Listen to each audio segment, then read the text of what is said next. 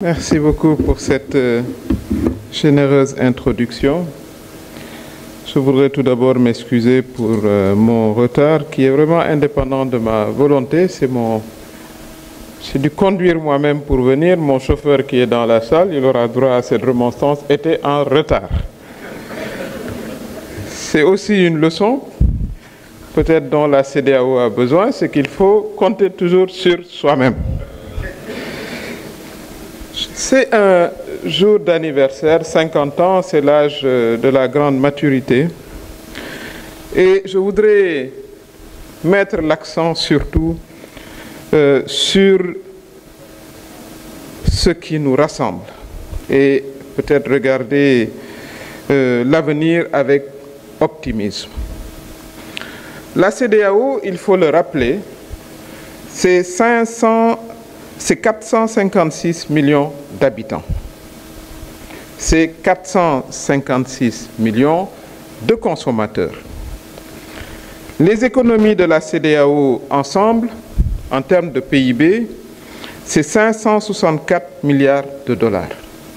Ça veut dire que si nous formions un seul et même pays de la CEDEAO, nous serions la 25e puissance mondiale. Je pense que ces chiffres, il est bon de le rappeler, parce que parfois nous avons tendance à voir juste le verre complètement vide au lieu de le voir à moitié plein. Et dans ce moment où nous parlons de grands ensembles, il faut que nous percevions la CEDEAO comme un outil extraordinaire en termes de potentiel que nous devons renforcer. La CEDEAO, c'est aussi un espace de jeunes. Et il est heureux que pour l'animation et pour les prises de discours, Monsieur le Président de Afrikadium, vous ayez pensé à mettre les jeunes en avant. Vous avez toujours cette vision qui est importante et qui reflète l'état de notre communauté. 70% de nos populations ont moins de 35 ans. Et il est temps, justement, qu'on appuie sur ce levier pour aller de l'avant. La CEDEAO aussi, c'est un espace de vie. On peut le voir également dans les deux sens. C'est la croissance démographique la plus élevée au monde. C'est 2,2% de croissance annuelle. Ça va dans les deux sens. Il faudra dire que ce sont des bras forts que nous accueillons dans notre communauté chaque année, mais également c'est une population large qui a des besoins énormes en termes de services sociaux, en termes d'éducation, de formation, mais également comme potentiel économique. C'est pour ça que je dis que ça peut aller dans les deux sens. Mais lorsqu'on pense que l'âge moyen, l'âge médian est de 19,7 années, comparé à l'Europe où c'est de 44 ans, nous voyons tout de suite, disons, le potentiel que nous projetons vers l'avenir. Mais dans un avenir aussi où la main-d'œuvre manuelle est de moins en moins utilisée au profit de l'intelligence artificielle, ce qui doit également nous amener nous-mêmes à aborder cette question de manière très lucide.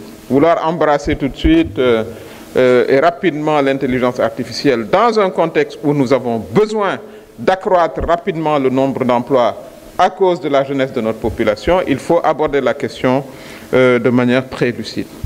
Mais en tout état de cause, c'est également un marché important de consommateurs. C'est pour cela que je voudrais inviter, y compris nos jeunes, à voir également ce potentiel qui est énorme, mais qui a besoin également, à travers une analyse tout à fait lucide et réaliste, de montrer également ses faiblesses.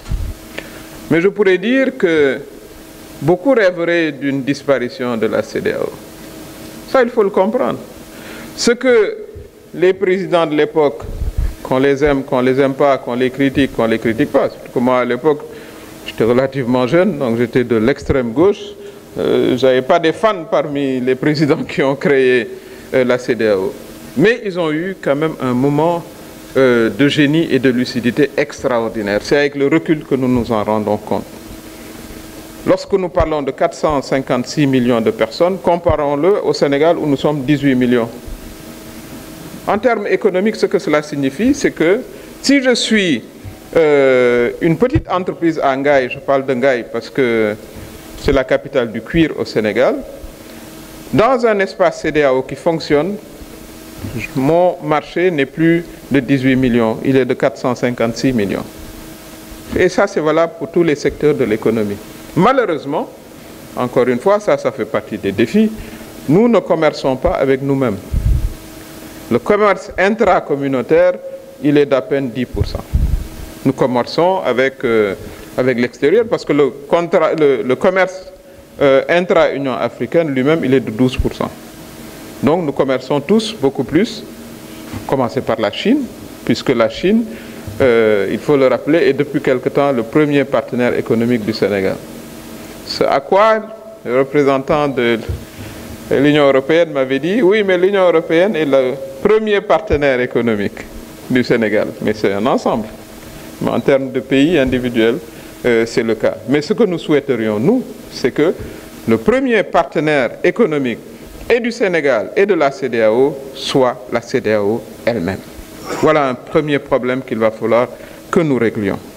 Mais pourquoi la CEDEAO n'est pas le premier partenaire de la CEDEAO?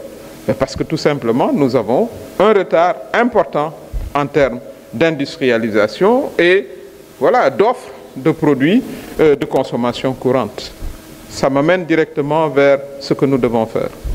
Ce que nous devons faire, c'est consolider notre marché communautaire, ce qui est une avancée extraordinaire. Pour aller à Lagos, je m'étais rendu il n'y a pas très longtemps, vous passez toute la journée pour y aller. Toute la journée. Voilà déjà un problème de connectivité qu'il nous faut régler dans notre espace. Alors que quitter ici à 9h, vous arrivez à Lagos à 17h. Hein. Encore que, et ça il faut le saluer, je ne fais pas de la publicité pour voilà, cette compagnie qui a son siège au Togo. Sans elle, on mettrait peut-être 24 heures pour y arriver. Donc il y a des conditionnalités pour que notre marché soit suffisamment intégré, c'est celui des connectivités. Et pour que nous puissions régler ces questions de connectivité, à mon avis, il faut que la CEDEAO soit porteuse aussi d'un projet de développement économique commun. Cela est aussi une des causes un peu de notre retard, et il faut le rappeler que c'est l'espace aussi le plus pauvre de la planète en termes d'indicateurs de développement. 25e puissance économique si on regarde le PIB, mais c'est un PIB également extraverti. Et ceux qui le produisent ne sont pas forcément, ne vivent pas forcément dans notre espace. Mais le potentiel est là puisqu'on le produit ici. Mais en termes d'indicateurs sociaux, nous faisons partie de la communauté la plus pauvre et la plus en retard. Et ça, cela explique justement les situations que nous vivons, qui est la question sécuritaire. Aujourd'hui, lorsqu'on parle de la CEDEAO, et quand on entend effectivement voilà, des alarmes en termes de est-ce que la CEDEAO va continuer à exister, on peut se poser la question. Mais pour moi, on est très loin de ce scénario, heureusement. Je considère que nous avons eu, à un moment, nous, c'est les chefs d'État, puisque la CEDEAO a quand même 8 institutions, il faut le rappeler, y compris une banque, ce que beaucoup ne savent pas. Banque d'investissement qui existe. Nous avons la conférence des chefs d'État, la conférence des ministres, etc. On a différentes institutions, il y en a 8 au total. Mais il faut que de ce point de vue-là, nous puissions savoir que le premier, pour moi, objectif actuel, puisque nous fêtons nos 50 ans, c'est de continuer à exister dans les 50 prochaines années. Et le défi, aujourd'hui, est un défi sécuritaire. Nous avons perdu 3 de nos membres momentanément. Je considère que ces 3 pays membres doivent revenir dans l'Union. Et c'est voilà, des décisions qui malencontreusement ont voilà, amené cette réduction du nombre d'États membres. De 15, nous sommes passés à 12, alors qu'il aurait été souhaitable que nous augmentions en nombre. Mais j'espère, et je pense que c'est le cas, en tout cas voilà, la CEDEAO travaille à engager une discussion et une collaboration avec les États membres de l'AES. Parce que ce n'est pas parce qu'on n'est plus dans le même espace que nous ne partageons pas les mêmes préoccupations, notamment la préoccupation sécuritaire.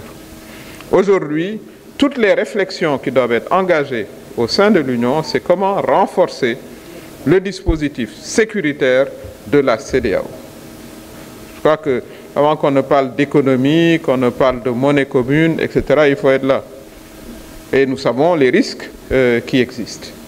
Et dans ce dispositif-là, je pense qu'il serait temps qu'on ait la conférence des ministres des Forces armées comme institution agréée ou annexe ou ad hoc de la CEDEAO, qui pourrait engager des discussions avec les ministres des Forces armées des AES. Ça, c'est des propositions concrètes qu'il faut mettre sur la table.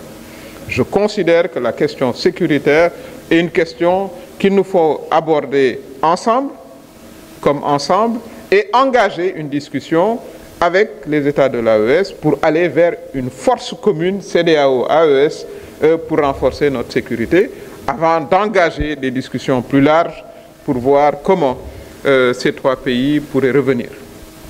Mais la question que les jeunes ont abordée, la question du renouveau de la CEDEAO, est une question qui est évidente. Même le Sénégal, il y a 1 an et demi, on n'avait aucune garantie, voilà, qu'on en serait à cet état de stabilité. Parce que la question du 3e mandat a failli faire voler en éclats, justement, cette stabilité-là. Et elle continue à se poser dans l'espace CEDEAO, avec des positions voilà, qui ne sont pas constantes souvent. Et ça, c'est ce qu'on reproche souvent aussi à la CEDEAO, c'est que les positions dépendent un peu voilà, des différentes affinités au sein voilà, de la conférence des chefs d'État. Et ça, on ne peut plus continuer comme ça. On a une position, on la fait respecter, et cette position également doit tenir compte des différents contextes. Il est évident. Parce que moi, je considérais que si on veut condamner, exclure un pays parce qu'il a fait un coup d'État, alors que vous-même, vous vous préparez à faire un 3e mandat, où est la différence? Où est-ce qu'elle est la différence? Et voilà le type d'absurdité que les États ne peuvent plus, les populations des États ne sont plus prêts à accepter. Donc il va falloir, à l'occasion de nos 50 ans, que nous puissions vraiment aller au fond de ces sujets, et la société civile, qui est libre de toute voilà, contrainte, est bien positionnée pour développer ces questions-là, puisque les États ont aussi des contraintes, ils ont des amis, ils ont des intérêts, donc ils sont moins libres. Mais je considère qu'on ne peut plus faire l'économie de mettre sur la table vraiment tout ce qui nous a freinés. L'autre question qui est centrale après celle de la sécurité, c'est voilà, la proposition concrète, c'est qu'il y en ait une conférence des ministres des Forces armées, qu'on engage également un cadre de discussion de cette conférence avec les États de l'AES, et il va falloir penser à une force justement de défense commune. Elle peut être une force d'attente pour l'essentiel, puisque entretenir une force permanente, ça coûte très très cher. Mais il faut se rappeler que l'un des plus grands succès de la CEDEAO, c'est ECOMOG. Et ça, il faut le rappeler à notre jeunesse. Au plus fort voilà, des massacres du Libéria, il a fallu que ECOMOG intervienne. ECOMOG est intervenu aussi, si je ne me trompe pas, en Sierra Leone. Et même intervenu sous une autre forme en Gambie. Donc, évidemment, à un moment aussi, on a voulu l'utiliser dans un sens qui n'était pas le bon. Parce que ceux qui disaient on doit l'utiliser parce que certains font des coups d'État, eux-mêmes s'apprêtaient à faire des coups d'État institutionnels.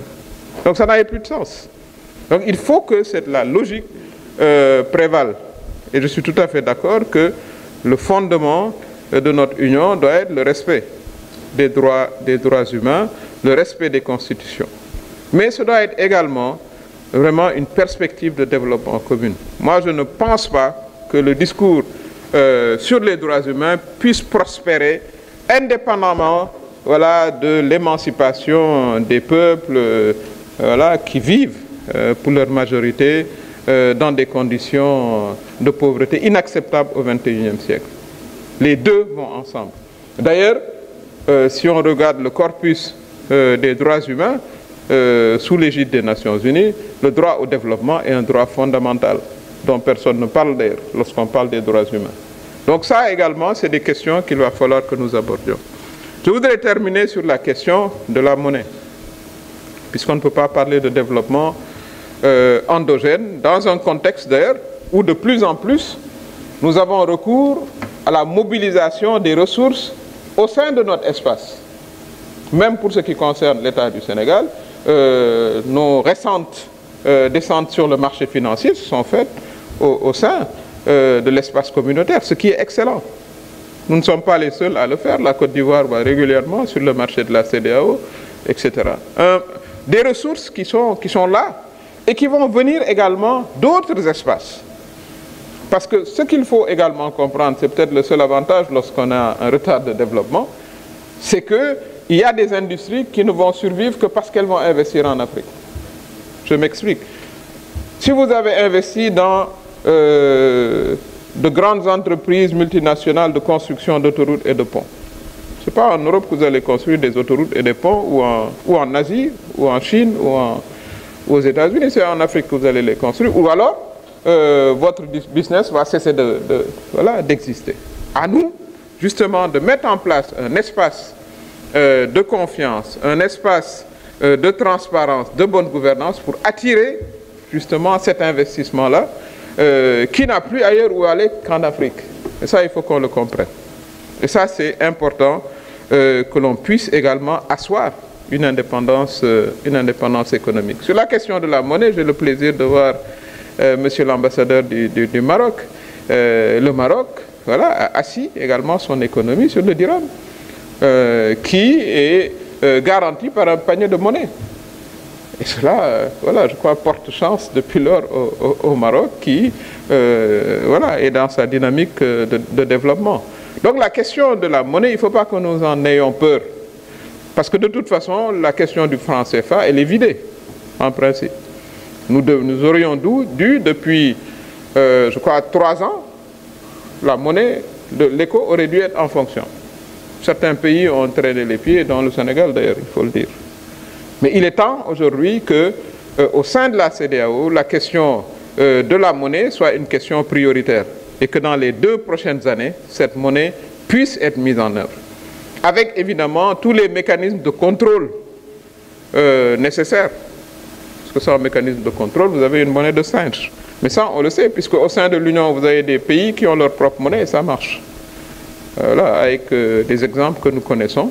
Et je considère que ça, c'est une question centrale qui va rassembler la CEDEAO et qui peut également amener dans la discussion les États de l'AES, puisqu'ils s'étaient engagés déjà à l'époque à faire partie justement de ce projet de monnaie unique. La monnaie unique va nous permettre d'avoir un levier indépendant de financement de notre économie.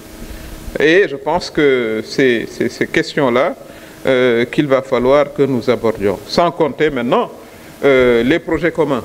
Un espace communautaire économique, il doit être porteur d'un projet économique commun, ce qui n'est pas encore le cas. Moi, j'aimerais bien que nos ministres des Finances puissent harmoniser voilà, leur budget et qu'il y ait à chaque fois une ligne, voilà, projet commun de la CEDEAO, développement de ces infrastructures dont on parlait tout à l'heure, ligne voilà, ferroviaire pour pouvoir desservir l'espace correctement, des projets universitaires communs, une université de la CEDEAO, nous avons une banque. Rien ne nous empêche d'avoir une université scientifique de la CEDEAO. Nous avons des besoins et des gaps dans chacun de nos pays. Nous devrions avoir également une compagnie ouest-africaine de la pharmacie. Nous sommes sortis du Covid, où nous avions un niveau de dépendance extraordinaire. Bon, on a pu gérer nous-mêmes d'ailleurs. Moi, je considère que ce qu'on a fait pendant le Covid, c'est ce qu'on doit continuer à faire, c'est-à-dire compter sur nos propres forces. Donc, je considère que pour, disons, le roadmap, la feuille de route, la CEDEAO doit se fixer ces ambitions-là, que je résume. Un, c'est la force de sécurité commune, peut l'appeler d'interposition, d'attente, comme on voudra.